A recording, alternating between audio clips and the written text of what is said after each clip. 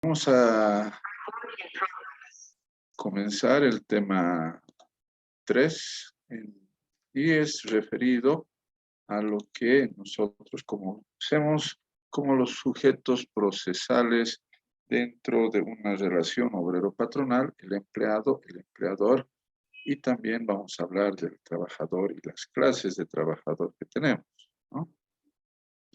Aquí tenemos que establecer claramente que toda relación laboral gira alrededor del trabajo, el trabajador, empleador y el Estado, ¿no? Este último como dirimidor de conflictos que se suscitan entre partes. Por ello es preciso definir con claridad las condiciones de ocupación, labor, derechos y obligaciones de los involucrados en el componente social del trabajo. Por una parte, tenemos al empleado. El empleado es aquel cuyo trabajo se caracteriza por el predominio del esfuerzo intelectual sobre el físico o los que por el grado de su jerarquía profesional son considerados colaboradores directos de la entidad empresarial. Los empleados son aquellos que realizan trabajos de servicio y perciben un salario, en cambio los obreros realizan tareas de producción de bienes y perciben un sueldo por un trabajo de naturaleza física. Entonces vemos aquí una diferencia sustancial, significativa, en cuanto a lo que es un empleado y lo que es un trabajador, ¿no? El empleado puede ser un profesional, alguien que tenga un elemento técnico, y bueno, el obrero será aquel que solamente tiene su fuerza de trabajo, ¿no? Y que realiza tareas de producción de bienes y percibe un sueldo por un trabajo de naturaleza física. Eso es importante a tiempo de entender cuál es la figura legal dentro de una relación laboral y que dentro de los trabajadores existe también una diferencia tanto cuantitativa como cualitativa. Hablamos cuantitativa en cuanto al número, ¿no?, de obreros, al número de empleados. En este caso, ese tema también es muy importante, ¿no? El concepto de obrero. Antiguamente el concepto de obrero estaba restringido a aquel que trabaja por jornal o destajo, ¿no? En este caso tenemos que ver esta figura. Si hablamos de jornal, estaremos hablando.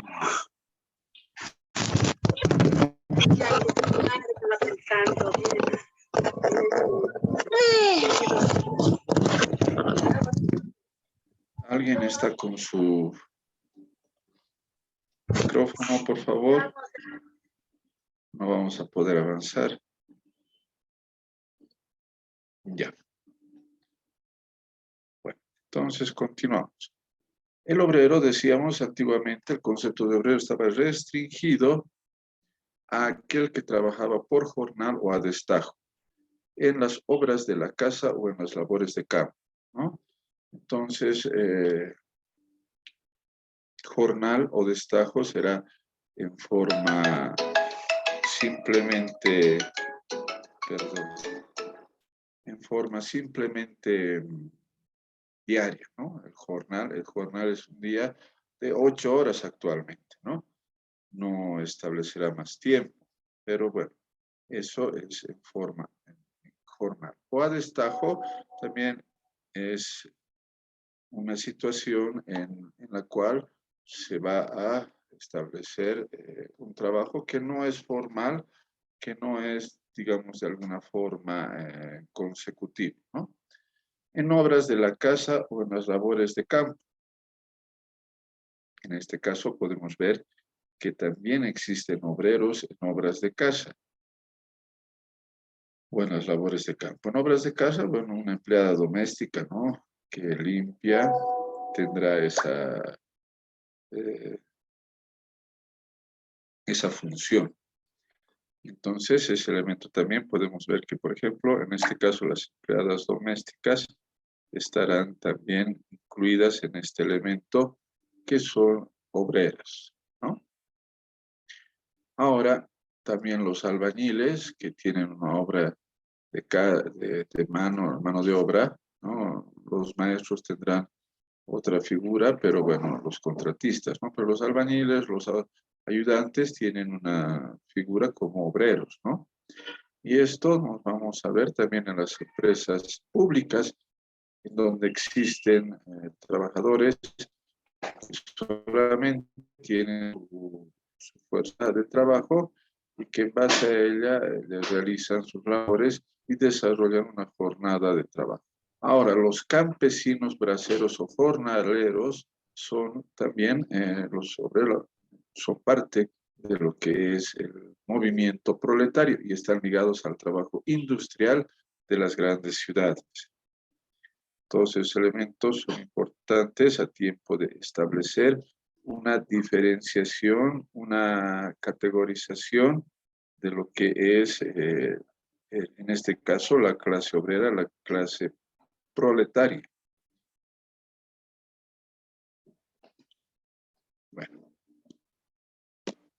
ahora, respecto a lo que es toda esta situación de carácter legal, de carácter, vamos a decirlo también, doctrinal, muchos pensadores, muchos teóricos han hablado, por ejemplo, Dewey dice que el obrero es la persona que bajo la dirección de un patrono participa en la ejecución de trabajos industriales.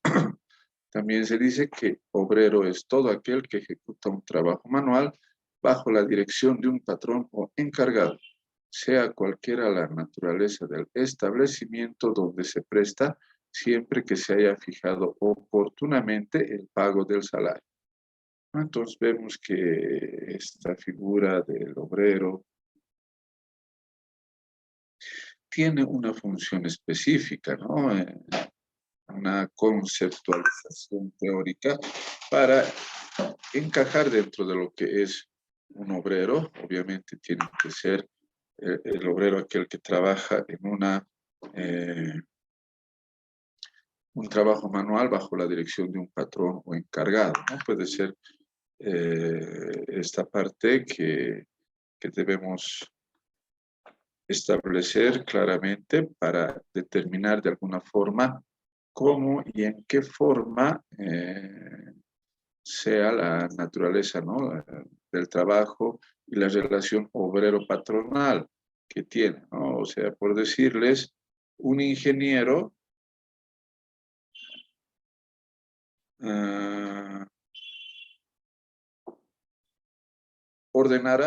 un ingeniero ordenará a un obrero ir a limpiar una cloaca, ¿no? O subir al 10º piso de un edificio con cemento.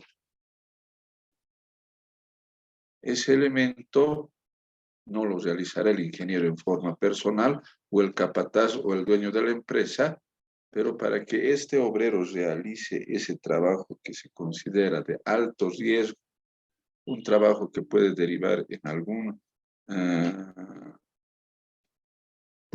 alguna situación que afecte su salud, ¿no? Tendrá que estar dotado de elementos de seguridad y de bioseguridad, ¿no?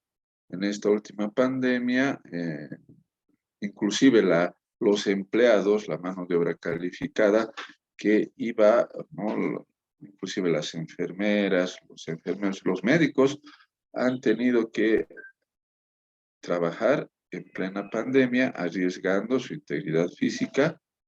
Es más, muchos han muerto por contagio de COVID. Entonces, todos esos elementos se han visto pertinentes que tiene que existir una diferenciación del trabajo, una categorización, una clasificación, precisamente para que se resguarde a estas personas que realizan un trabajo, en este caso, peligroso y delicado.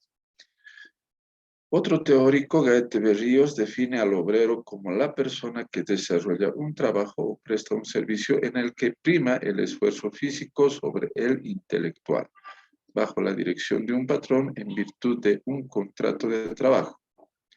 El código portugués incluye entre los asalariados a los obreros de artes y oficios y en general a los trabajadores cuyo servicio se reduce a la simple prestación de mano de obra o que por la naturaleza del servicio no pueden clasificarse como empleados. El Código chileno considera obrero a quien no siendo empleado ni patrono trabaja por cuenta ajena en un edificio y obra de mano o preste servicio material determinado, ¿no? Si vemos aquí, de acuerdo a la legislación chilena, una diferenciación de lo que es estos temas que son muy sensibles, ¿no? En cuanto a la diferenciación, categorización de la relación obrero-patronal. Ahora, el empleo es la ocupación, actividad, trabajo, oficio desde el momento que el empleado toma posición de su cargo y por ello tiene derecho al salario como contraprestación a entregar una labor en favor del empleador.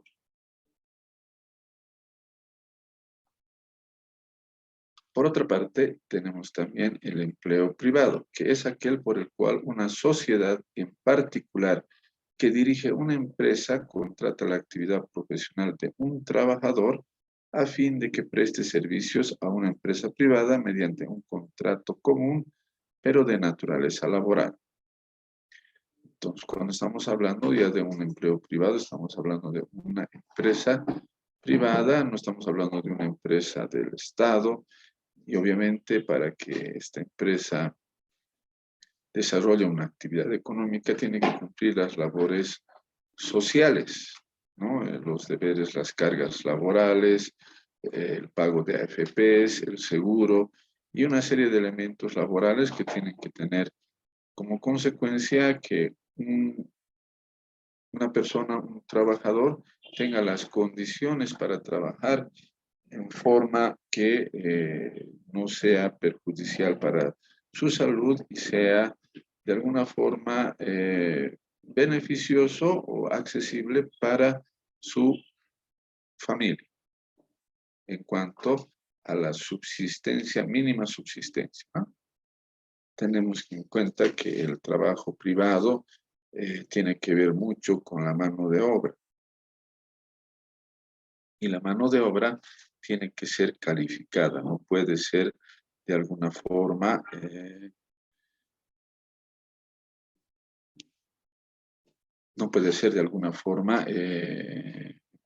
un trabajador que no sea capacitado, que asuma, por ejemplo, un trabajo en una planta, vamos a hablar de una purificadora de agua, o un trabajo que puede ser tan delicado en el manejo de residuos químicos, ¿no? En este caso, la pandemia ha visto hemos visto nosotros cómo se estaba manejando los residuos sólidos de los hospitales, infecciosos, tienen que tener un tratamiento, tienen que tener un procedimiento para, de alguna forma, evitar contagios. Y bueno, este elemento se tiene que tener en cuenta, puesto que inclusive esto ha sucedido con las clínicas privadas, ¿no? Esta situación laboral que tiene que tener de alguna manera una naturaleza responsable para llevar adelante una labor de carácter privado, pero también de carácter social.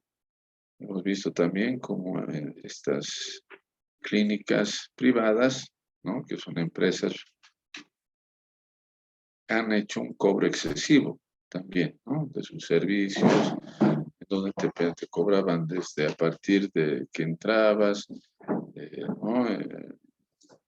Inclusive el uso del televisor, del cable, tiene un costo, ¿no? A partir de las agujas, los barbijos, elementos de bioseguridad, todo eso tiene que pagar el que está contratando los servicios. Entonces, Es un tema bastante sensible. El empleo privado. Al respecto, la jurisprudencia establece que no hay tal relación de un abogado con un patrono si aquel es cancelado por esto en sus honorarios profesionales por caso atendido, ¿no? Entonces, en el caso de un abogado, será una venta de servicios y todo esto estará ya liquidado, terminado en el pago de sus honorarios profesionales, ¿no? Para hablar de los abogados.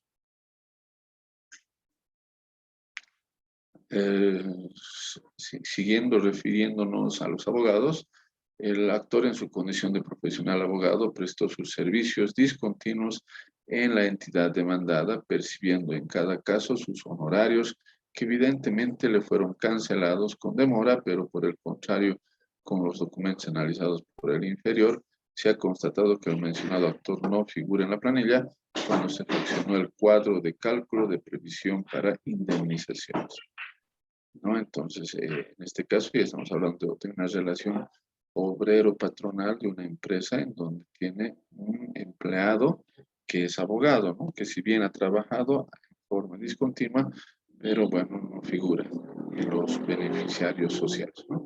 La provisión de beneficios sociales al 31 de diciembre de 1980 tampoco fue consignado su nombre en las listas de los que debían recibir sus beneficios sociales, siendo evidente que no hubo relación de patrono y empleado entre el citado recurrente y la fábrica, por lo que la Corte Nacional de Trabajo, lejos de infringir las disposiciones citadas en el recurso, les ha dado la correcta aplicación. Por tanto, declara infundado, ¿no? Entonces vemos que en este caso esta resolución nos establece una jurisprudencia respecto a lo que es una relación obrero-patronal dentro de lo que establece la ley laboral entre una empresa privada y un abogado que lo ha hecho en forma discontinua.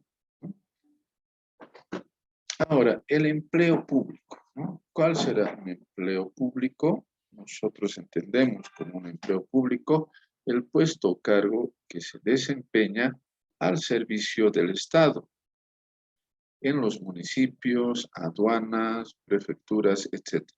Estos deben prestar trabajos mayormente de servicios y son designados como funcionarios públicos.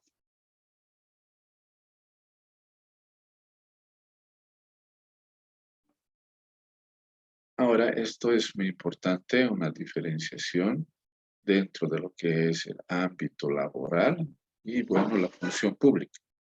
¿Qué es el funcionario público? Es aquel que desempeña una función pública, es decir, presta sus servicios en los poderes públicos, dedicándose a una actividad física e intelectual como un medio de obtener subsistencia. Los funcionarios públicos no tienen una relación contractual como los privados y como en la mayoría de los casos no sujetos a las leyes sociales, sin derecho a la huelga y sindicalización.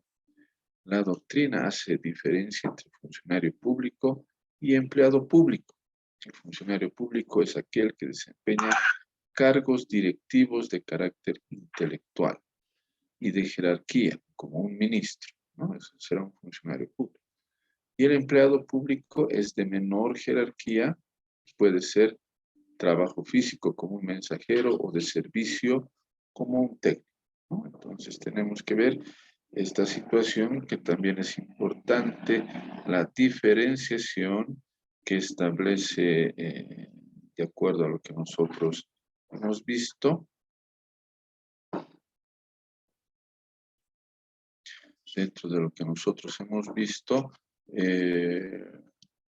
y dentro de lo que nosotros tenemos que analizar y establecer cómo y en qué forma existe esta nomenclatura, esta definición y en qué forma se la cumple adecuadamente, es correcto. Todos estos elementos son de una forma importantes a tiempo de establecer cómo y cuándo se va a catalogar y estratificar, establecer una diferenciación dentro del trabajo, en este caso dentro del sector público, y estamos definiendo claramente los conceptos de funcionario público y empleado público. Ahora, cuando se toca el punto relativo al tripartidismo, se advierte que el Estado aparece como el sujeto de equilibrio entre el empleador y el empleado. Este es quien vela por el cumplimiento de las normas laborales, así como la observancia de los principios del derecho del trabajo, proponiendo a niveles que permitan una pacífica y civilizada convivencia entre los sujetos laborales, empleador, trabajador, es decir, que las tres partes, empleador, trabajador y Estado, actúan en ideal y casi en perfecta armonía de relaciones cuyo hecho material se expresa en el mejoramiento permanente de las condiciones en que se desarrolla el trabajo. En caso de los funcionarios públicos, cualquiera fuera su nivel y que son dependientes de empresas o instituciones del Estado, se observa la desaparición del tripartidismo, convirtiéndose en bipartidismo.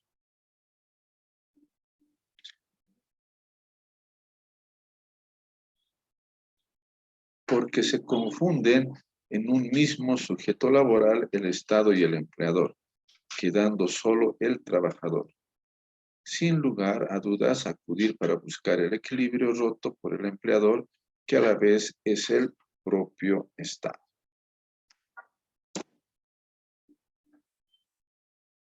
¿No? Entonces, viendo ya esta figura legal y esta diferenciación entre empleado y funcionario público, todos esos elementos que hemos mencionado, ¿no?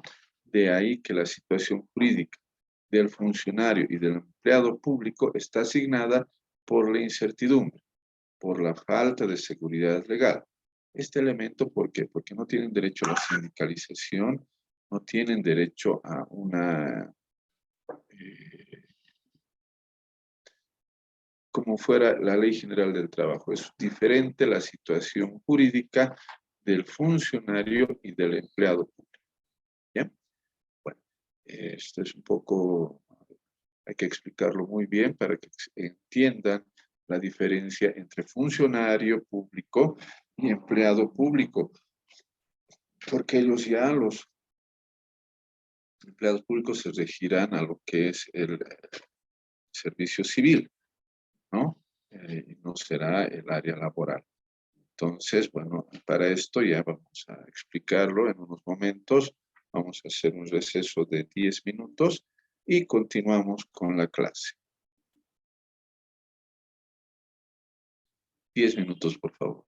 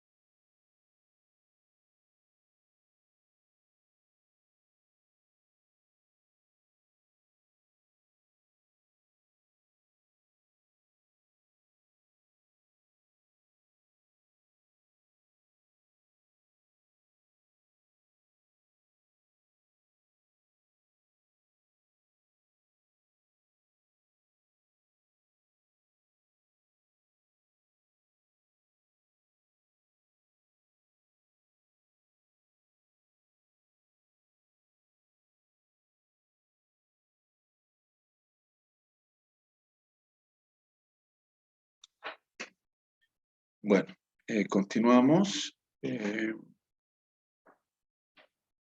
tema. Vamos a seguir con este tema. También aclararles ya que una vez terminado el tema 5, ya daríamos el primer parcial de la materia Derecho Laboral, ¿no? Para eso, bueno, yo creo que vamos a tener unas 2 semanas más de clases y bueno, es bueno siempre estarles poniendo al corriente del tema, ¿no? De los parciales. Bueno, continuamos. De ahí que la situación jurídica, ¿no?, del funcionario y del empleado público está asignada por la incertidumbre. Este tema, como les había manifestado, es muy importante manejarlo a partir que el funcionario y el empleado público tienen una diferencia en cuanto al significado y también ellos no están incorporados al tema de la Ley General del Trabajo, sino a la Ley del Funcionario Público, que es diferente, ¿no? Entonces ellos tampoco se los lleva al Ministerio de Trabajo, sino que se los lleva al Servicio Civil. Por la falta de seguridad legal. Esto adviértase claramente comparando la situación del funcionario y del empleado público con la de otro obrero de la industria o con la del empleado de comercio. Para estos últimos existen normas, ¿no? Por ejemplo, un empleado,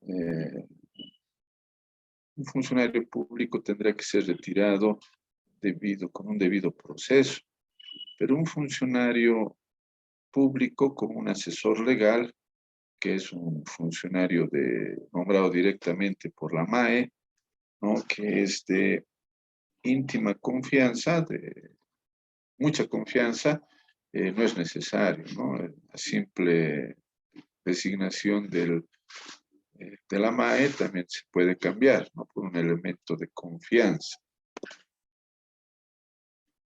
en cuanto al manejo.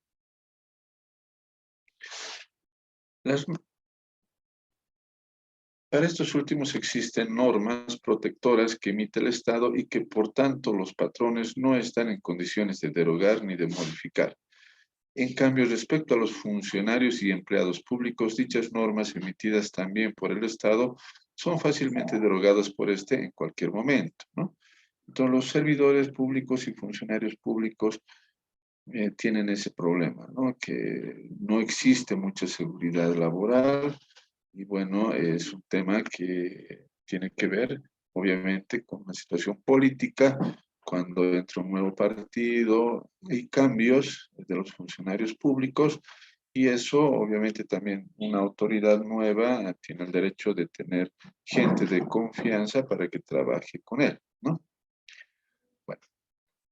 Otros teóricos, como Manuel Alfonso García, dice que la relación de empleo público es una relación de naturaleza laboral con independencia de lo que sea también administrativo. Lo que no tiene demasiado sentido es su exclusión del ámbito jurídico laboral y ello al margen de que el origen de la relación sea contractual o extracontractual, y añade: si se acepta la tesis del acto de nombramiento como la expresión de potestad jerárquica de la administración pública, lo que no ofrece duda es que una cosa es la naturaleza del acto originario de la relación y otra relación en sí. Ahora, dentro de lo que son los públicos sujetos a la ley laboral, algunas legislaciones como la de Bolivia reconocen a un reducido número de funcionarios públicos dentro de la relación laboral bajo la subordinación y dependencia de estos. Son aquellos que laboran en empresas autónomas y autárquicas o descentralizadas que cuentan con disposiciones legales de creación y sujetos a la ley del trabajo. Estoy en clases, luego le llamo. Ya, sí, está bien. Ya. Sí. En estos casos están reconocidos dentro del régimen laboral y del derecho a sindicalización. Los servidores públicos sujetos a la ley laboral, ¿no? Tenemos la jurisprudencia, la empresa pública que goza de personería jurídica propia, autonomía administrativa y capital independiente, encuéntrese dentro de los alcances de la Ley General del Trabajo. Otra jurisprudencia que tenemos al respecto es la siguiente, ¿no? Que la Sala Penal Primera de la Corte Superior del Distrito de La Paz dictó un auto de fojas 22-23 declarando procedente el recurso de amparo constitucional. Doctor, ven a la oficina. Con el fundamento de que el SENACO es una empresa pública que goza de personería jurídica propia, autonomía administrativa y capital independiente. El personal que trabaja encuéntrese comprendido dentro de los alcances de la Ley General del Trabajo, que entre la parte laboral y el empleado no existe ninguna observación que pudiera dar lugar a la contención o litigio, cuyo fundamento legal es el Decreto Supremo 09-427 de octubre de 1970. ¿No? Toda esta jurisprudencia nos da a nosotros una idea del cambio entre el funcionario público y el trabajador. Unos tienen su ley, que es la ley laboral, los trabajadores, y otros tienen su ley, que también es la ley del funcionario público. Por tanto, tienen un tratamiento diferente.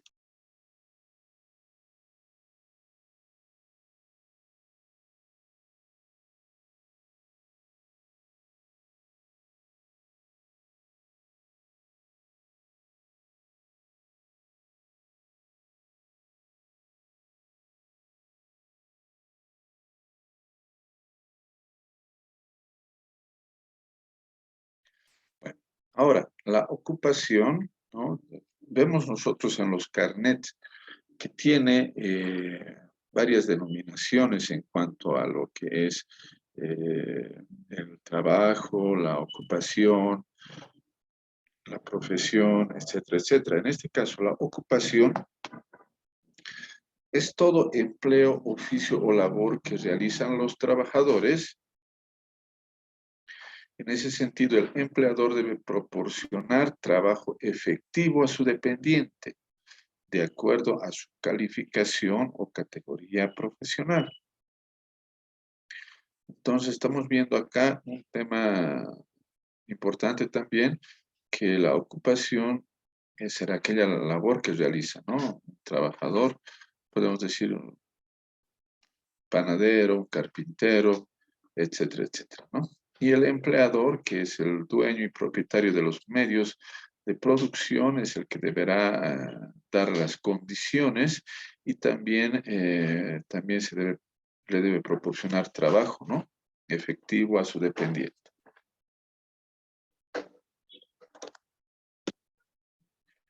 Anteriormente, según Tolstoy, se reconocía el derecho a ocupación solo excepcionalmente cuando el trabajador tenía un interés especial, ideal o material en estar ocupado realmente, ¿no? Entonces, en este caso, los actores de teatro, los periodistas, los jugadores de fútbol, ¿no?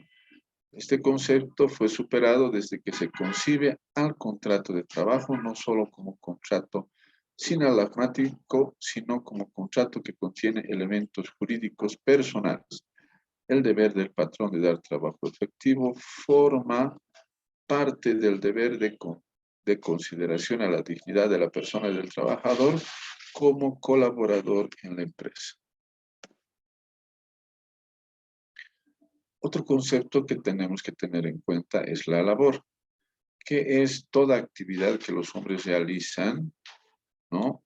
Interviniendo en esta la hechura y el tiempo. Los menesteres son diversos como la agricultura, artesanía, servicios, trabajos manuales, intelectuales y otros. En ese sentido, labor es toda actividad y despliegue de energías físicas e intelectuales en un proceso productivo de bienes y servicios.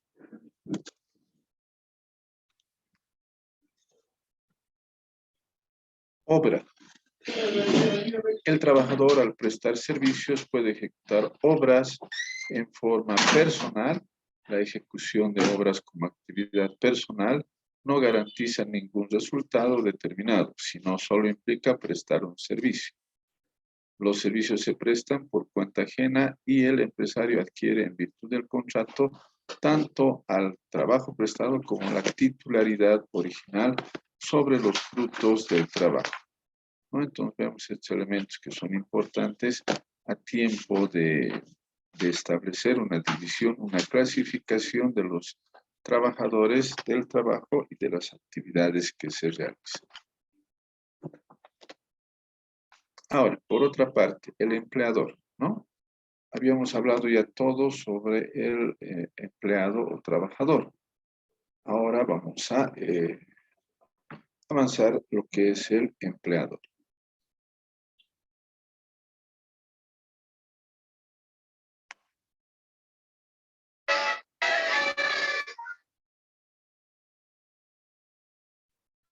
Bueno, esta parte es un poco amplia, compañeros. Tengo una pequeña audiencia, yo les pediría un poco de tolerancia y terminaríamos esto haciendo una recapitulación del tema el día jueves. Por favor, a las 9 de la mañana, los esperaría para continuar la clase de hoy, terminar este tema. ¿Alguna duda tal vez que tuvieran, compañeros?